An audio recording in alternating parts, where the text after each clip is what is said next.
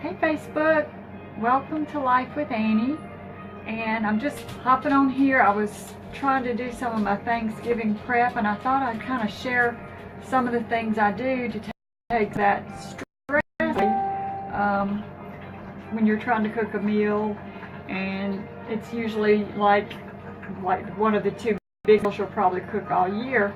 So I tried this about, I think it was 2011 is the first time I did this. And that was the smoothest Thanksgiving meal I'd ever prepared. And a lot of us, we're busy running around the night before. Hopefully you don't have to stop at the grocery store because that'll be ugh. But you're trying to get your stuff prepped the night before, getting some things done ahead of time, and you just get overwhelmed. I know I do. So I did this a few years ago and it worked out really well, so I thought that I would just share it with y'all today. Now my countertop is full of everything, but at least I'm off today. I'm a little rested, so I'm not coming straight home from work on Wednesday night and trying to go into a kitchen and making a bunch of food. And you're grumpy and, hey Elizabeth, how are you? And you're grumpy and everything, and so we're just gonna try to cut some of that out. So what I did a few years ago was I organized and prepped everything that I could before Thanksgiving Day.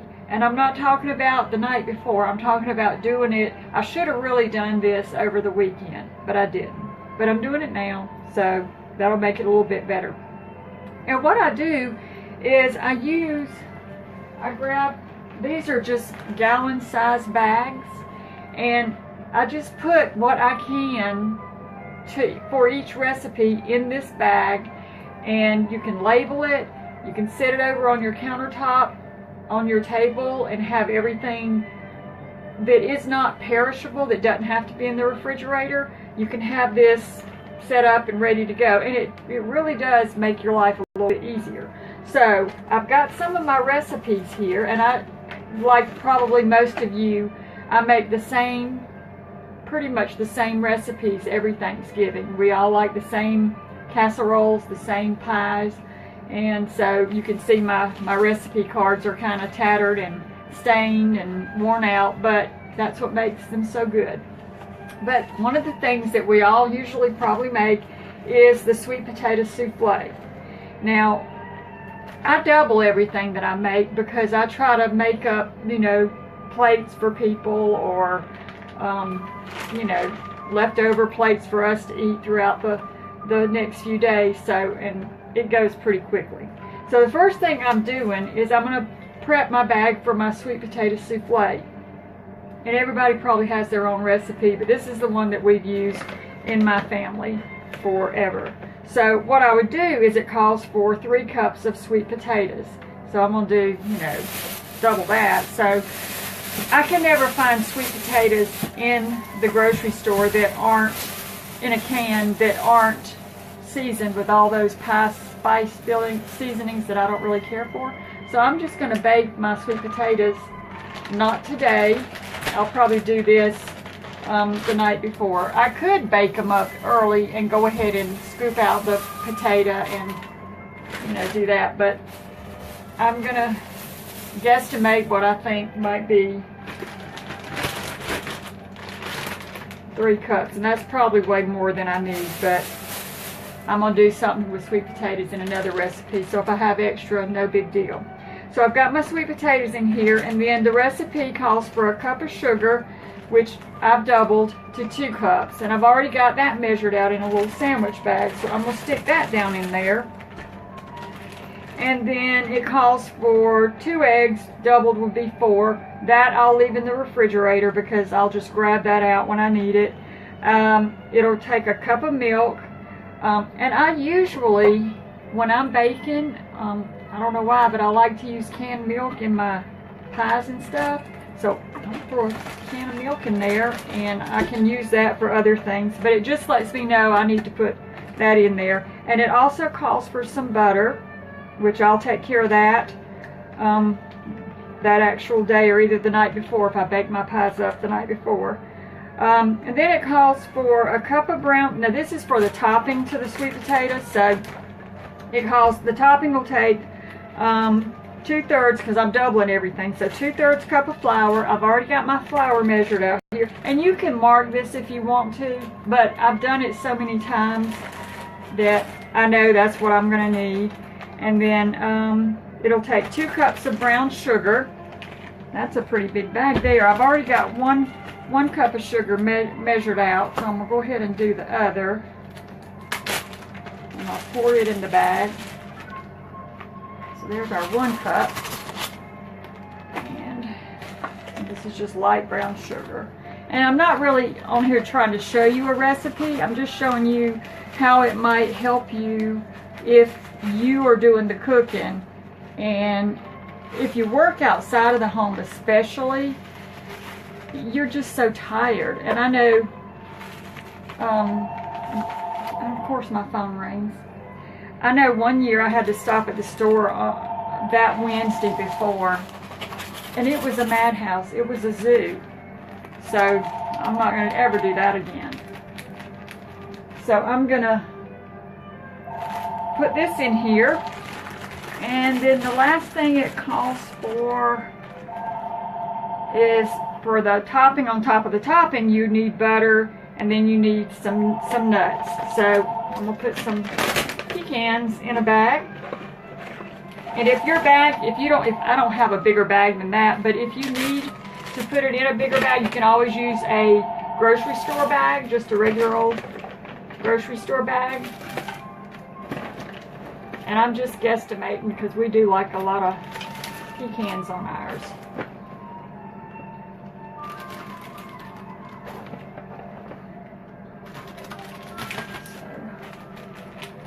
And none of this is perishable. You don't have any of your cold ingredients in here, so if I could zip this one, I would.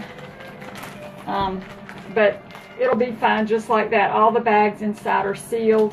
The milk's in there, the potatoes are on the bottom. So I'm going to go set this one off to the side and we'll move on to the next one.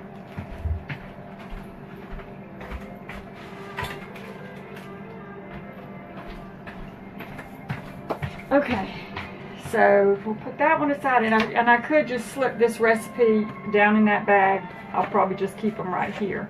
Okay, another recipe that I make every Thanksgiving is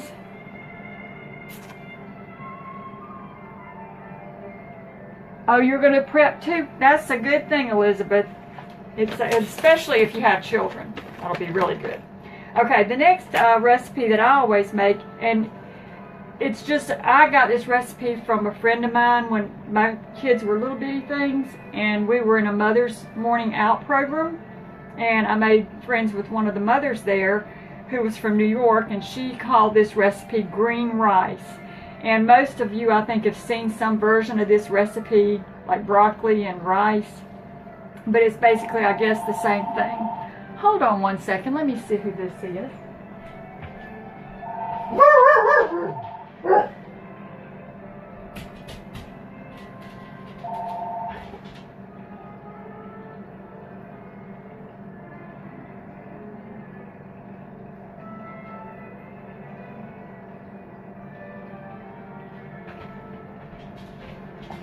Sorry about that, salespeople.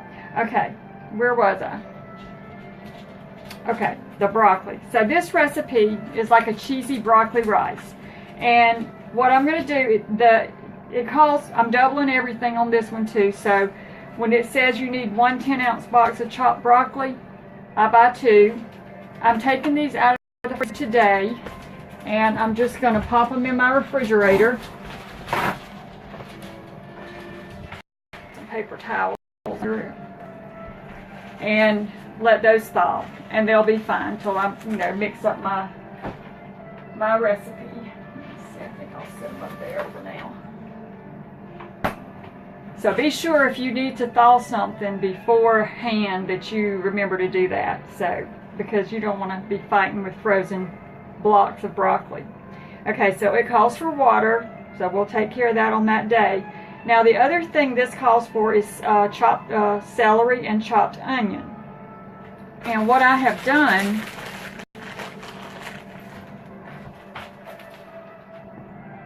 is I have gone ahead and chopped my onion and some celery here. Now I've got a couple of recipes that are going to call for this onion and celery, so I think that I've got enough here chopped that I'm just going to go ahead and put this bag in the refrigerator, and when I need to saute my onion for this particular recipe, I'll just measure out whatever it calls for, half a cup. So then you don't have to do that. If you have any kind of veggies that you need to chop up, carrots or anything like that, you know, that you could chop up in advance, go ahead and do that and put them in a baggie and just refrigerate them, and then you're all ready to go when you need them. So there are our onions. Set those to the side for a minute. And then I have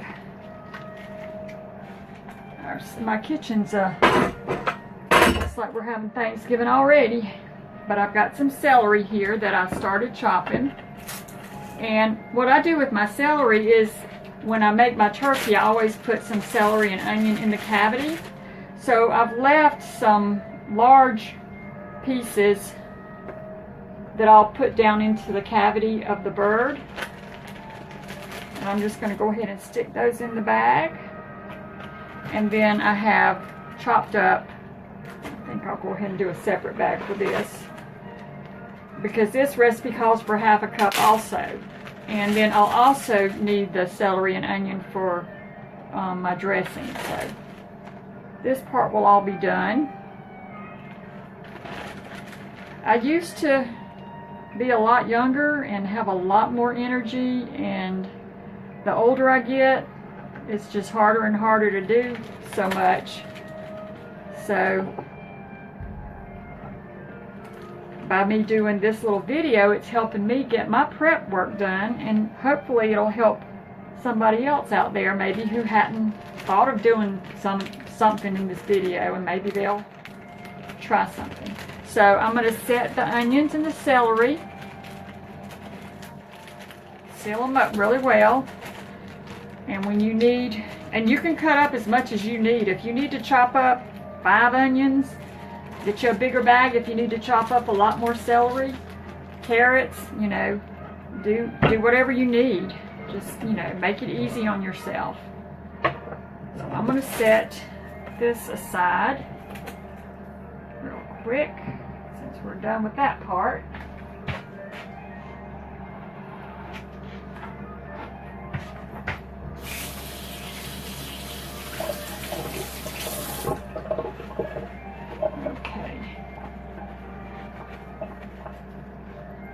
Let's see. I'll also need butter for this one, so I'll have all my butter in there. And let's see, we're gonna need, okay, let me grab another bag, because this particular recipe calls for a can of cream of mushroom and 8 ounces of Cheez Whiz. So I'm doubling everything, so I'm doing the large jar of Cheez Whiz, just the regular flavored Cheez Whiz, and 2 cans of the cream of mushroom soup, and I'm gonna put that in there. So we've got our broccoli in the freezer, in the refrigerator now. We've got our celery and our onions ready to go in the refrigerator. Actually, I'll go ahead and pop those in too, because I'm running out of room in my refrigerator because I got my big old turkey bird in there.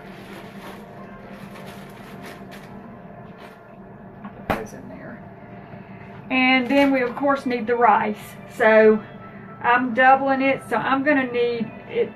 1 cup of uncooked rice is the equivalent of 2 cups of cooked rice, give or take. So, and it calls for salt and pepper, which we'll have all that stuff on hand then. So I'm going to do, if it takes 1.5, okay, I'm going to do 3 cups approximately of rice. You could do, I've made it with the boiling bag rice before too, and it turns out just as well. But I happen to have some regular rice here, just long grain rice. And let's see, measure this out over here so I don't spill it everywhere. And I'm probably going to do like 2 cups, because if you have rice left over, you can always make a rice pudding the next day, or just, some people just eat rice with butter on it. I don't. I gotta have gravy on mine, or make Italian rice with it. But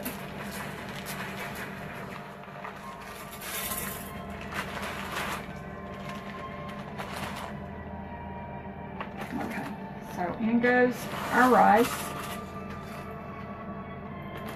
Seal that up, and there are some major components of that recipe.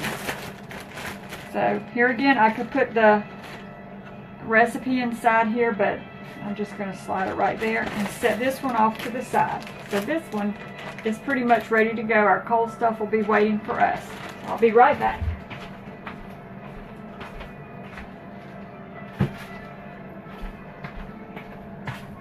Okay, and don't forget to chill your cranberry sauce if you use this, so be sure to stick that in the refrigerator.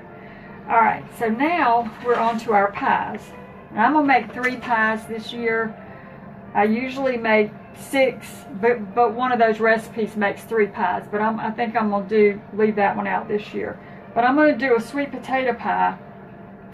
Let me grab another bag.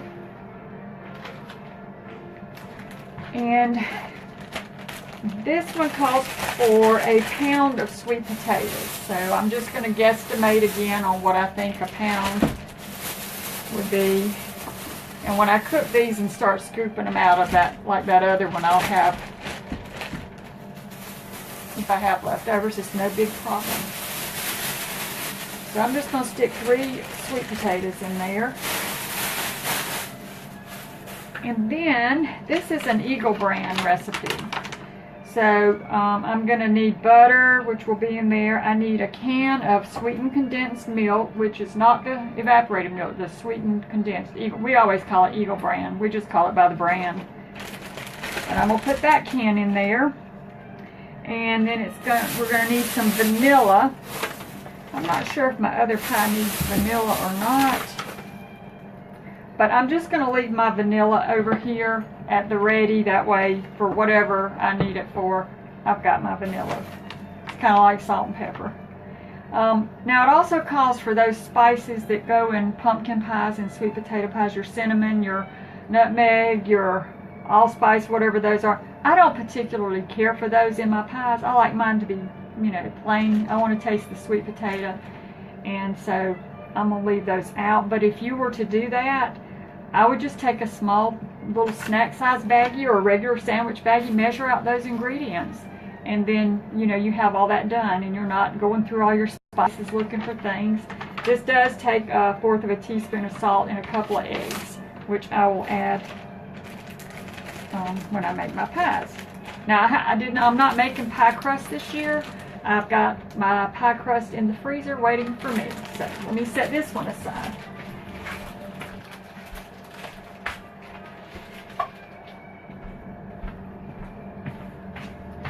Okay, this will go over here with our other recipes. We're going to do a pumpkin pie. I'm going to run out of bags because I didn't have a whole lot of these. Okay, so the pumpkin pie, I just go by the recipe on the can. And I buy the pumpkin that is just pure pumpkin, that doesn't have all that seasoning in it, like I say, because I don't like all those seasonings in mine. So I've just got a can of pumpkin, and I think I might have my contacts in backwards because everything looks kind of weird to me. But it calls for 1 cup, a 1/4 of a cup of sugar, a 1/2 teaspoon of salt, then the cinnamon, ginger, cloves that I don't put in. So I'm going to do a 1/4 cup of sugar, and I'm going to put a pinch of salt in there. And that one will be done. So let me get my 4th cup measure and a baggie.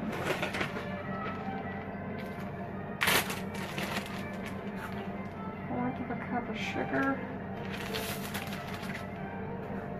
And I'm going to go ahead and put that pinch of salt just because I can.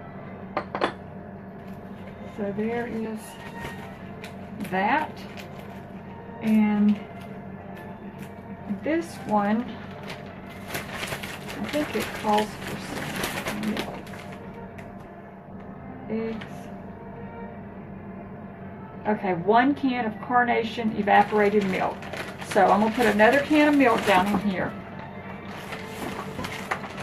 So I got my pumpkin, my sugar, my cold stuff will go in, my eggs and stuff like that will go in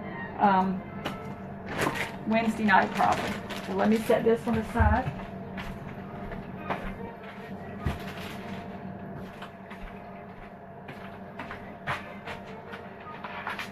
And then I'm going to do my pecan pie, and I used the recipe on the Karo syrup for that one.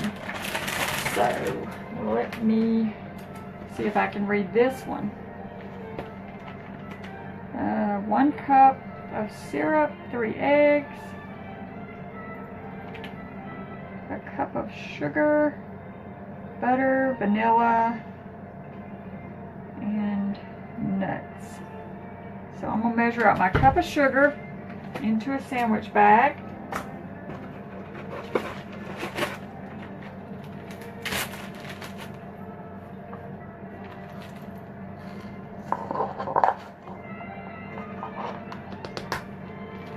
Take my 4th out, my cup of sugar.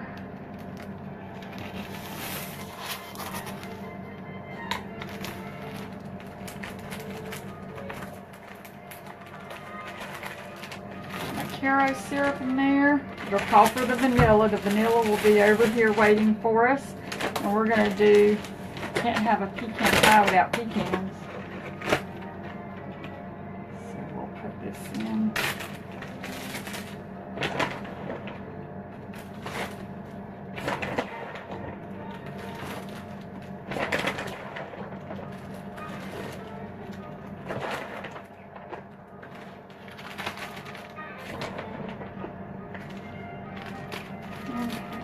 There's a start, and we can always add more. Alright, so there is that.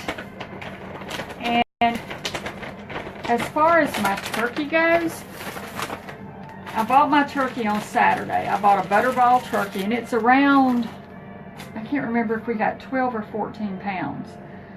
But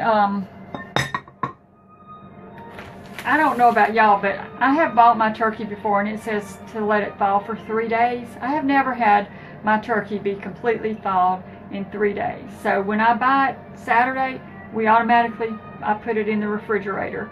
And guaranteed, when I get ready to prep it Wednesday night, it will still be frozen a little bit in the middle. And you'll have to, I usually run cold water on it and rinse it off and get rid of all those ice crystals. Plus, it's hard to get those giblets out. And if you're new to cooking a turkey, because I did this when I made my first turkey, when you buy a chicken, a whole chicken, you know, the giblets are all in the bottom cavity of the chicken. Well, there were some things in there for the turkey, but then I didn't know it, but they put stuff in the neck end as well. So check the neck end and the bottom cavity for your giblets, or giblets, whatever y'all call them. We call them giblets here.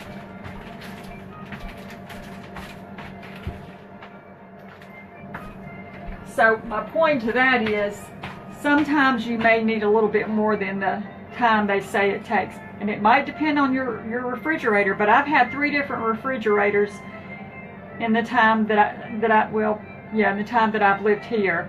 And they don't make refrigerators like, obviously, but each one of them, it was never completely thawed in the middle. It's not enough to, you know, panic, but I have had to work with it to get some of the giblets out of it. So that's just a thought you might want to. So if you haven't taken your turkey out of the freezer, you better hurry up, or hopefully you can get your fresh one at the store.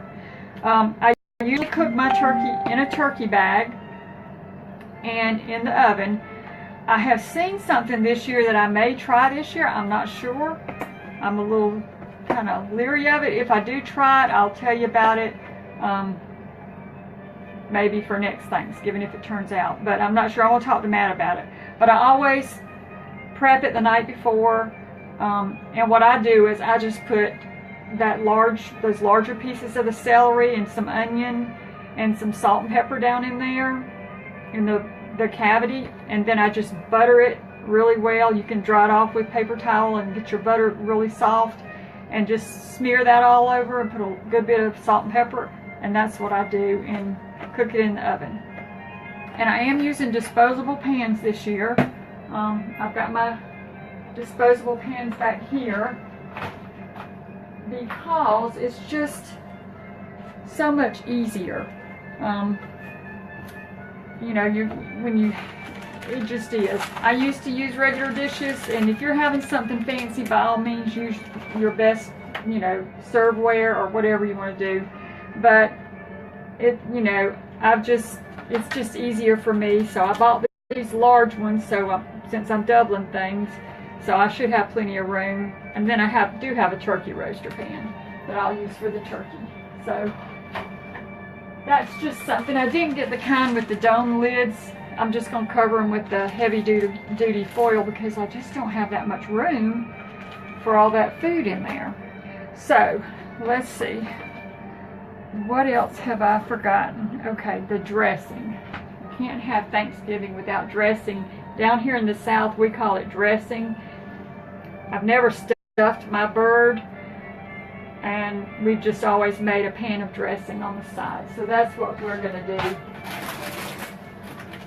And for this one, you can make your cornbread and your biscuits. My grandmother always made the best dressing, and she would make a big pan of cornbread, and then she would bake biscuits, and she would put them, she always wrapped them in like a tea towel, a light linen tea towel, and she'd put them at the end of the kitchen table, just wrapped like that. And you know, they would eat biscuits for breakfast a lot in the mornings, and she would take those leftover biscuits and add it to her cornbread, and then she would make the best cornbread in the world. But times have changed, so Pepperidge Farm is the way that I go. I buy the seasoned classic stuffing, and I'm doubling. I don't really go by a recipe, but for this one, let me get, because my items for this one are going to be a little bit bulkier. I use chicken stock, so I've got some, a big thing of, and I always buy extra because you just don't, I don't like a dry dressing. And then I've got some cans of stock here too as well. So I'll put all this in there, and then I'll go into my supply of onion and celery, and I'll saute some onion and celery in some butter and kind of, you know, let those kind of soften. I'll add that to my stuffing mix. Sometimes I've added an egg, but sometimes I don't. I don't know. I don't really follow a recipe for this. I just, and then I'll taste it. If it needs any sage or anything like that, salt and pepper, I'll add to it. But that's basically it. I just don't like a real dry dressing, and then I just bake it in a pan. I don't put anything inside my bird. So that is our stuffing. So I'm going to set that aside. I'm starting to see a clean space.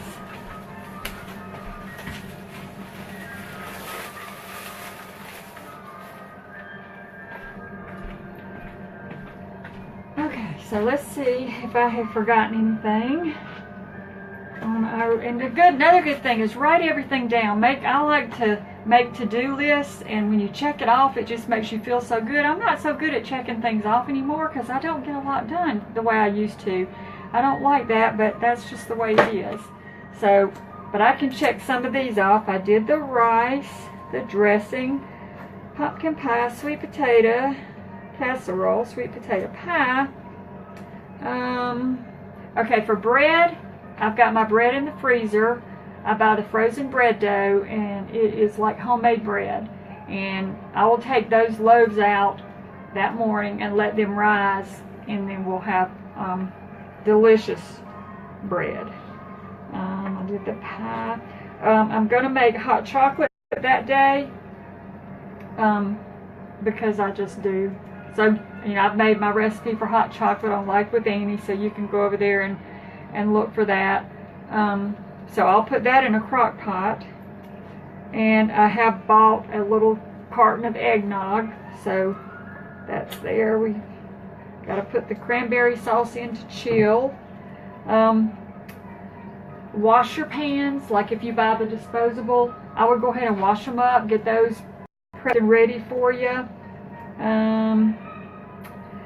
If you don't have an ice maker, or even if you do, make sure you have enough ice in your freezer. If you're having a large crowd, go buy a bag of ice if you don't have an ice maker, or start cracking your trays and, you know, putting it in a bowl in the refrigerator, in the freezer, if you don't have an ice maker, so that you don't run out of ice. Or put it in one of those Ziploc bags. Just make sure it's loose when you freeze it, and you should, you know, maybe if it sticks, just take a little knife or something to it, but it should be good. And then I think, oh, two other things. Butter. Now, when I was younger, I did this one time, and it's so cute. Now, if you have a turkey mold, then by all means you can use a turkey mold. If you have an oak leaf or some kind of leaf mold, you can do that. I don't have any of that, but I have these that we got at the Apple Festival that I thought were pumpkins, but Matt said they're apples, which they are, because hence Apple Festival. Soften some butter, and I've got some softening here so I can do mine. And just take a knife or a spoon and fill up these little silicone molds with butter, whatever shape you have. If you have bunny rabbits, I've got some bunny rabbits over there I could have used. But just, you know, fill up these little molds with your butter and put them in the refrigerator. And if you need to make more than what you've got, pop them out and put them, you know, once they're set up, just keep them in the refrigerator. They'll hold their shape, and then put it out on your table. And then you'll have little shapes of butter to impress your guests. So that's what I'm going to be doing in a little bit. And then the last thing, I hope it's the last thing, is Thunder and Lucy. Now, they say not to give your dogs turkey because it's not good for them. But I usually buy them a little treat for Thanksgiving or Christmas while we're eating. Of course, if my mother were going to be here, she would be slipping them food left and right. But I buy them baby food. They love baby food. Lucy, when she hears this pop, she can be in the back of the house. When she hears this lid pop, she's right in here. She knows that is baby food. And she knows she has her likes and her dislikes. And she'll come for other stuff. But she is there when you pop a can of this. And I didn't get the turkey. I got ham. So they're going to each have their own little can of ham, baby food, on their, I'll mix it in with their dry dog food. And so, but I guess basically that's it. I hope I didn't forget anything, but I just thought I would share this with y'all because, see, all my stuff is prepped over there. And all I have to do is add my milk, my cold things, eggs, butter, milk, things like that, onion, celery that I can't leave out. But I know that everything is prepped, and all I have to do, I'm just going to clean up my kitchen and just wash out my pans and put things away. Oh, and the last thing, I was about to forget something. Let me grab my sugar lid. I've mentioned my mother's friend Gladys before, and she doesn't have any family here. So I always make extra plates. That's why I like to double my stuff, because it can feed not just you, you know, and your family. And it's just going to be small here at my house. But I buy these little pan tins from one of the girls I work with. Her children sell these kind of things, you know, at school when they're selling wrapping paper, or you can get them something at the grocery store. And I just fix up little plates for both my mother and for Gladys, and anybody else that might want any. And I can put desserts in some, a meal or two. And then she, you know, I know last year we took her some food and some of these kind of things, and my mother told her we were going to bring, that I was going to send her food, and when we got to her house, it was like she was standing on her left ear waiting on us to get there. So I told her, I said, Mama, please tell Gladys to eat something, because it might not be till later, because I have mine a little bit later in the day. I said it might not be till later till I can get this to her, and I don't want her to be standing there starving again, because she loves sweet potato pie. So anyway, that's just something. If you know somebody that doesn't have any family or anywhere to go, if they can't get out, just take the time to make them some food and take over. They will be so appreciative. I know they will. So anyway, those are my Thanksgiving tips. I hope that it helps someone out there, and that maybe you'll have a stress-free Thanksgiving, so that you can sit down and enjoy the people and family that you're with, and maybe play some games, or just sit around and talk and have a cup of hot chocolate, and you're not all stressed out and pulling your hair out.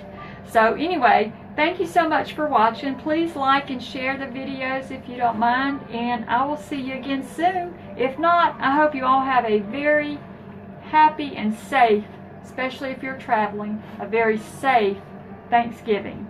Thanks for watching Life with Annie. Bye.